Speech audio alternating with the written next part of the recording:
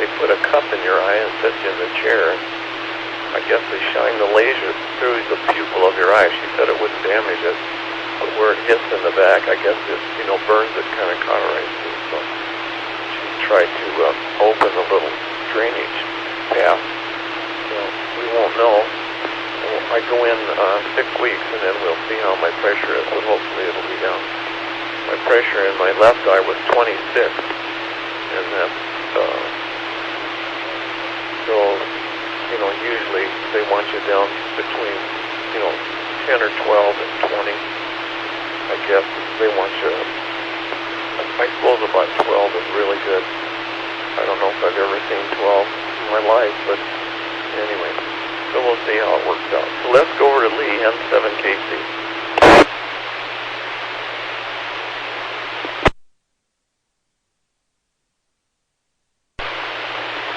Okay, this is Lee, N7KC in Port Angeles. Well, James, good evening to you, and I've been chatting with Ron a little bit. Oh, I'm sorry to hear about the eye, the laser work on the eye, and the pressures are up. That's a bummer. I'm taking drops now too, but in the first month that I used them, the pressure dropped 25% in both of my eyes to 15. And the guy said he was amazed because that doesn't normally happen. He's never seen a 25% change in pressure before. So I don't know what's going on. Who knows? Anyway, let's see. Well, the debates are on. Paul is actually holding it on the recorder for me until we're finished with the net. And I had a good field day, by the way. I worked out of the house here, out of my home station. I was a 1 delta, and I made 110. It was all CW. I made 110 contacts. About 30 of them were on 40 meters, and the rest of them were on 80. So it went pretty well for me. My energy budget isn't what it used to be, so my first session was longer than the other two. I did 3 sessions, and for the amount of time I worked, it was an okay production. But there were plenty of stations for sure. There was no lack of stations to try to get points. But I think all told, 110 of them, that's about 440 points ostensibly. So you get CW contacts count twice as much as the phone contacts. And if you do them under 150 watts, then you get to double the points again. So the multiplier really ends up being 4 times for me. Okay, I'm out of time. So this is N7KC, we're in Port Angeles, and I'll send it back to James. Go ahead.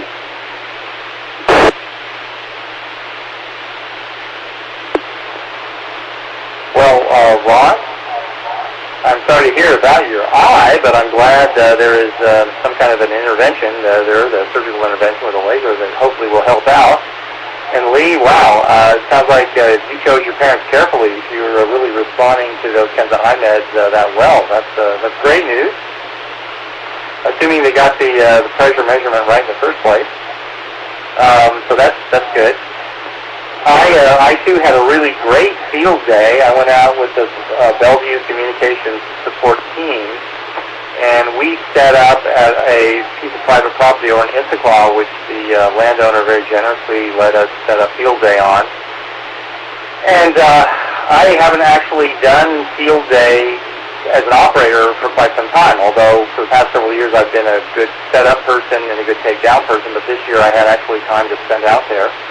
So as soon as we got things set up and 11 o'clock started, I first just watched and assisted, and then they finally ended up with an operator position open, and I didn't even have a scribe to work with me. I think we were called a 3A. I'm not sure how the numbering and lettering system works. So anyway, that was a really positive experience. I had not done that. Most of my time I looked for other stations calling CQ. Towards the end, I called CQ and had all kinds of stations calling me. We used a new, it's called an IR crank antenna, which is made right here in Bellevue. And it apparently works extremely well because I don't think we realized when we were setting up this new antenna that was new to all of us. I'm pretty sure we're pointing it up towards Alaska and Canada, and I was getting all kinds of comments or comebacks from California. So apparently that antenna works pretty well. So anyway, that was a field day for me. As I said, I was part of the group, so I don't know how many points we got. But it was a very positive experience, a real good 24 hours, and also it was fun helping everybody set up on Friday afternoon and then taking everything down on Sunday. So anyway, let me turn it back, or let me pause for a minute. This is the Western Washington Amateur Television Society, WW7ATS. Is there anyone who would like to join us on the 147.080 repeater? If so, please come now.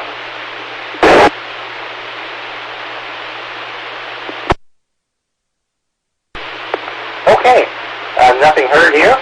Ron, let me pass it on back to you. And let me just say, lasers are pretty amazing. They're the only things that can fix your eyes and process plutonium. Something to think about, huh? Ron, take it away. Okay. Well, when I put medication in my eye, the pressure will come down. But the medication kind of makes me dizzy, so she was hoping that if she opened up the little canal, I wouldn't have to take the medicine for a while. So anyway, we'll see how that works. But yeah, they can control it with medication. I wasn't putting 2 drops in my eye.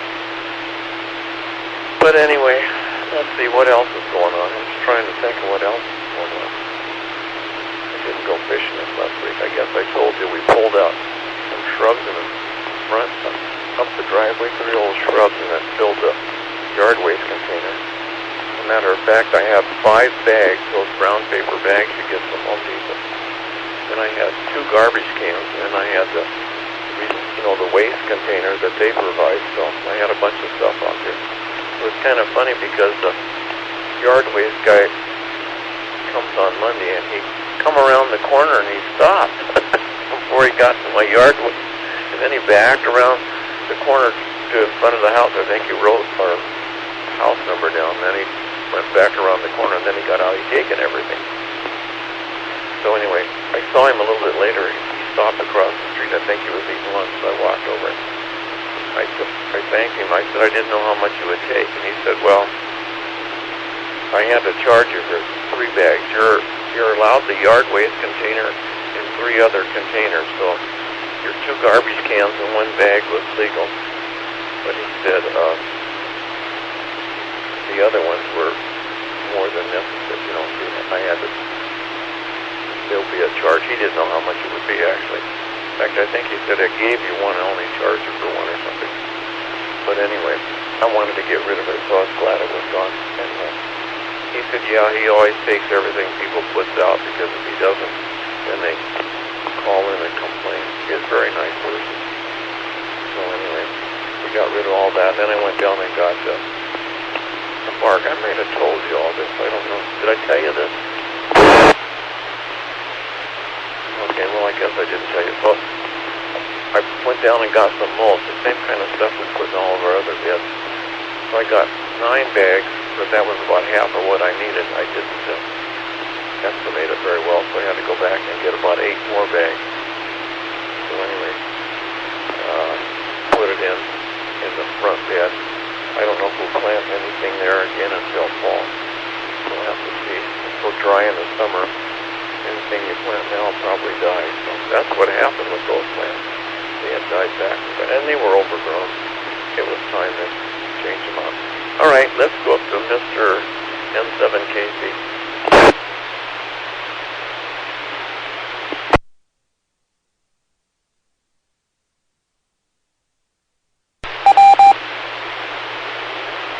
Okay. I got two W's there. The repeater or something sent a couple of W's. Well, anyway, okay. Well, eyes are precious things, you know, and boy, oh boy, I tell you, it's just the idea of having them punch a hole in my eye with a laser just gives me cold chills. But then on the other hand, you don't want to do, you want to take advantage of every bit of technology that they have, I guess. I don't know. This aging process is just a bit, you got to have a good sense of humor. Well, I just really don't have anything.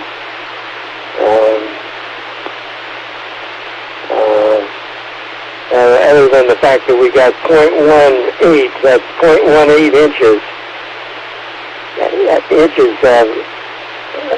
of rain yesterday, and that's the very first rain that we've had this month, and this is what, the 26th day, and we had very, very little. We had less than a half inch last month, and then we had less than 2 inches in April. So anyway, it's getting very, very dry here. And the river was down to 800 cubic feet per second this morning. So that's a little scary too. Anyway, what can you do? Anyway, I'm going to send it back to you, James, and it sounds like you had a pretty good experience there at the emergency place and all that. The beautiful thing, there was no tear down. That made it very nice. Okay, back to Ned in 7KC in Port Angeles. Well, I guess I should say this just for anyone listening out there, because I think it's important to remember when you're in a big group with, I guess we have 4 or 5 antennas up and at least 3 operating positions, maybe more, 4 I guess. It's important when teardown time comes to not assume that everyone has stopped operating. Because what happened with us is people started pulling power and antennas and such, and there was at least one group that still needed the power I hope they didn't lose all of our points. I hope there was some kind of backup going on here.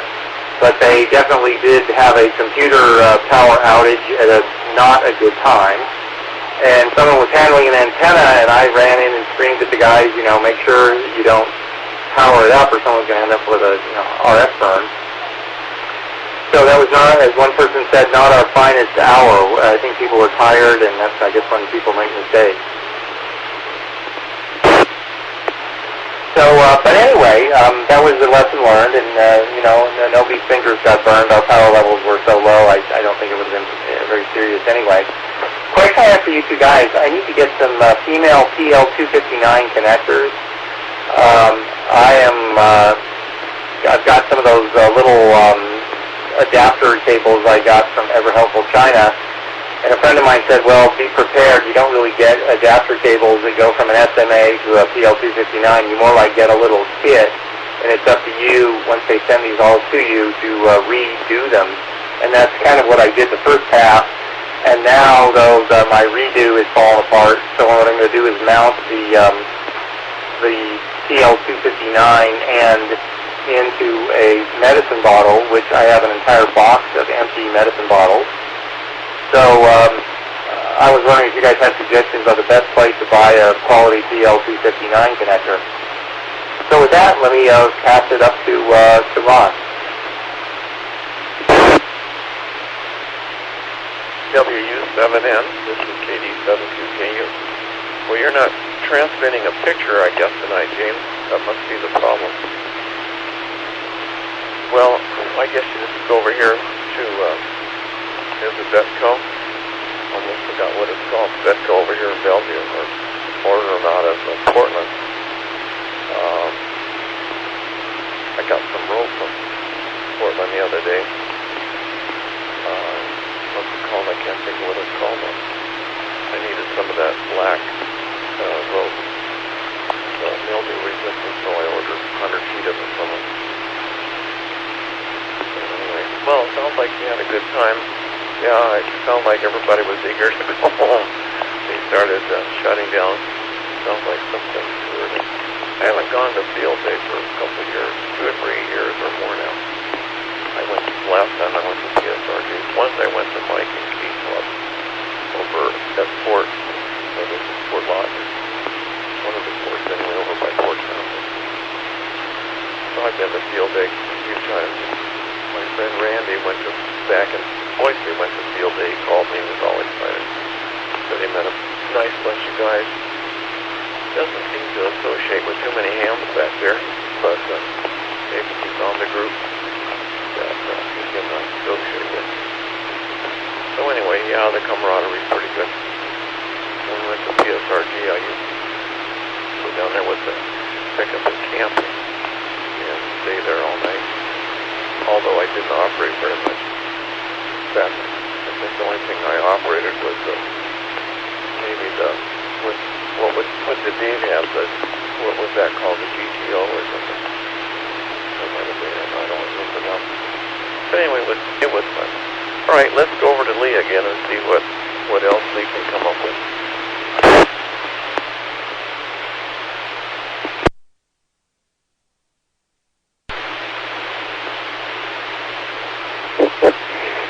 Well, not much. It's been 7 KC in Port Angeles. I'm brain dead. Pardon me. Oh, me. Well, anyway, yeah, I get you, James. Hey, what's interesting is, if you don't start setting up until 11 o'clock on Saturday, you get 3 hours extra of operating time. I wonder if you guys were in that position. If you start setting up the day before, then you can only work the 24 hours. But if you start setting up at 11 o'clock on Saturday, then ostensibly you could work 27 hours if you had something really, really ready to go in a hurry. Anyway, for an important thing like a logging computer, honestly, I think I would probably have a small UPS at hand, and I would be darn certain that computer was backed up in some sort of emergency power. Anyway, okay. Well, I guess I just don't have anything else. In fact, I would be just fine with me if you guys wanted to curtail here early. I've got a 10 o'clock net, it's a ways off, and Paula has been recording the debates, and she's up there waiting on me to come and start it. I said I wanted to get down and check into the net and find out what was going on first, so that's what's going on here. Anyway, with that, I'll pass it back to you, James. N7KC, Lee in Port Angeles.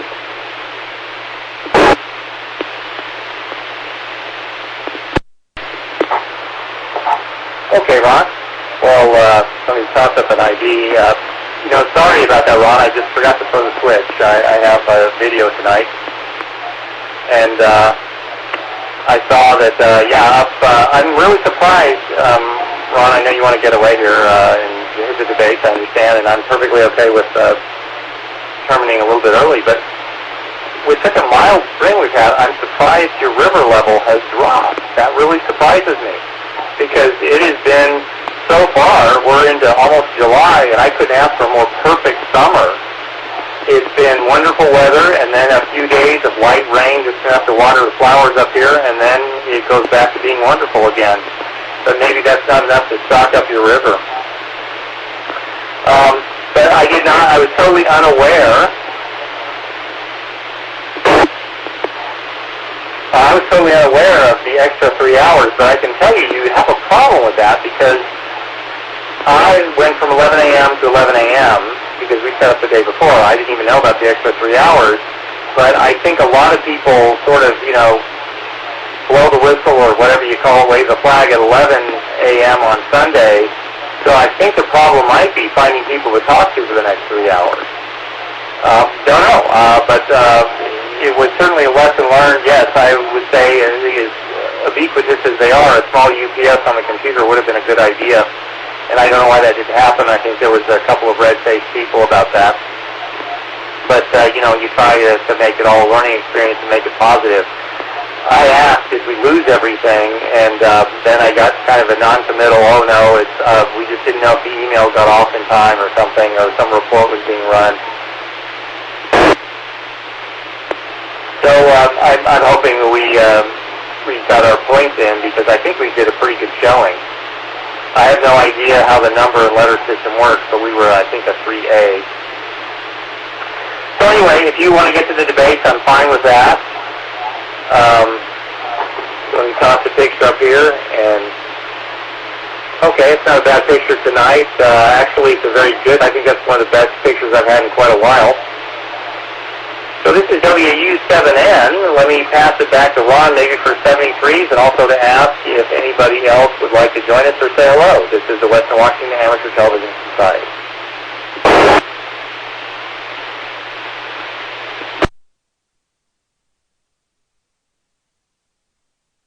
Out there. Okay, this is KD7QKU. Well, that's fine with me. I can say 73. I don't have a whole lot. I haven't been doing much to take pictures. Guess I got to get back in the swing of things. We haven't gone very much with the motorhome. I was out at Lake Morton Saturday, I guess. Yeah. But I didn't take my camera. I didn't take any pictures. Sometimes that's a beautiful setting there. You can just look right up, right here across the lake. It's really pretty. All right, 73s, everybody. We'll see you next time. Let's go over to Lee. 7K.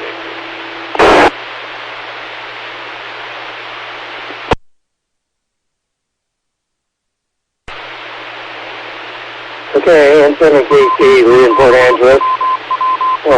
Thanks, James, for running the net. You always do a great job. We appreciate that. And we'll see you guys, what is this, Wednesday? Probably Saturday night, although they keep it as a calendar. I cannot for the life of me sync it up with my calendar on the computer. So I never quite know what's going on until we get very close, because I can't remember to ask. You know how it is. Anyway, thanks, James, and 73, and you guys, and we'll see you down the pipe. So, N7KC, Lee in Port Angeles. We're clear.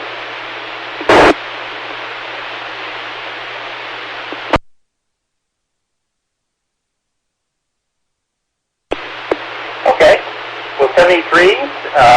One thing I would mention, thank you very much for the pointer to, I think you're talking about Ham Radio Outlet down in Portland. I'll have to look at their prices.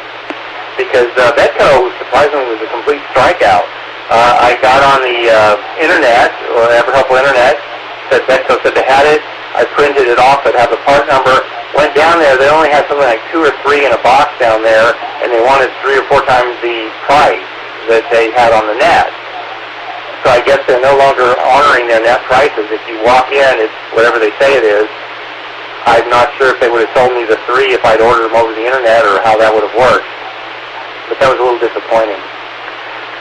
Anyway, I guess the quest for the connectors will continue. Thank you guys very much for coming out for the net. I really enjoy it. So let me wrap it up here. This is the Western Washington Amateur Television Society. We meet on Wednesdays and on Saturdays at 8 p.m. Pacific time. We have a loopback transmitter for video that goes out on 1.2 gigahertz. We also put that same image out on the Ever Helpful Internet. If you want to find that, just Google or use your favorite search engine to look up Western Washington Amateur Television Society. And when you find our site, just click on streaming, and that streaming is active 8 p.m. Pacific time, Wednesdays and Saturdays.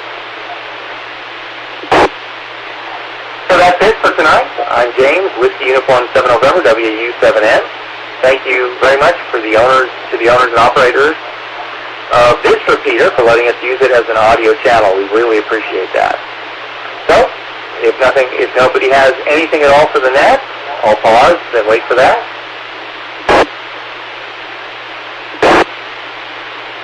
Hey James, Lee here in 7KC.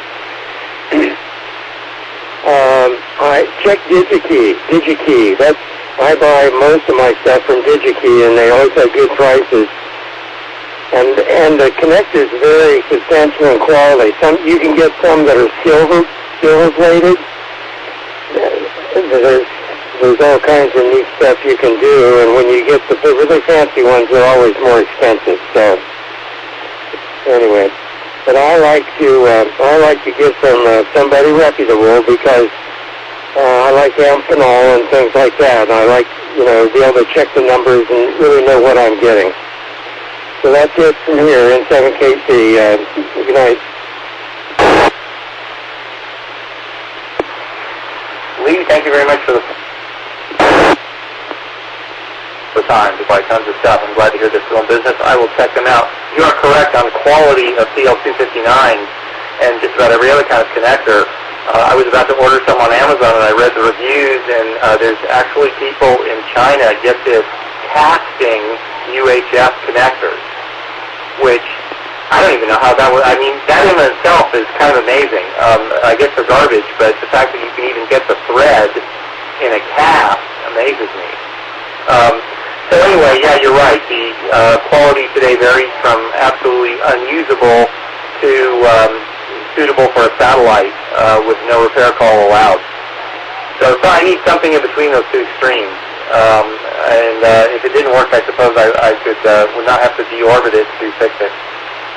Okay, WW7N, 73s to all. This is the Western Washington Amateur Television Society. Good night.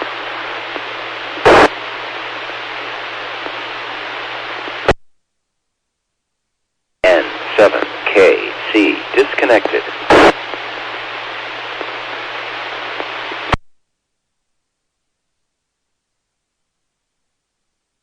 WU7N disconnected.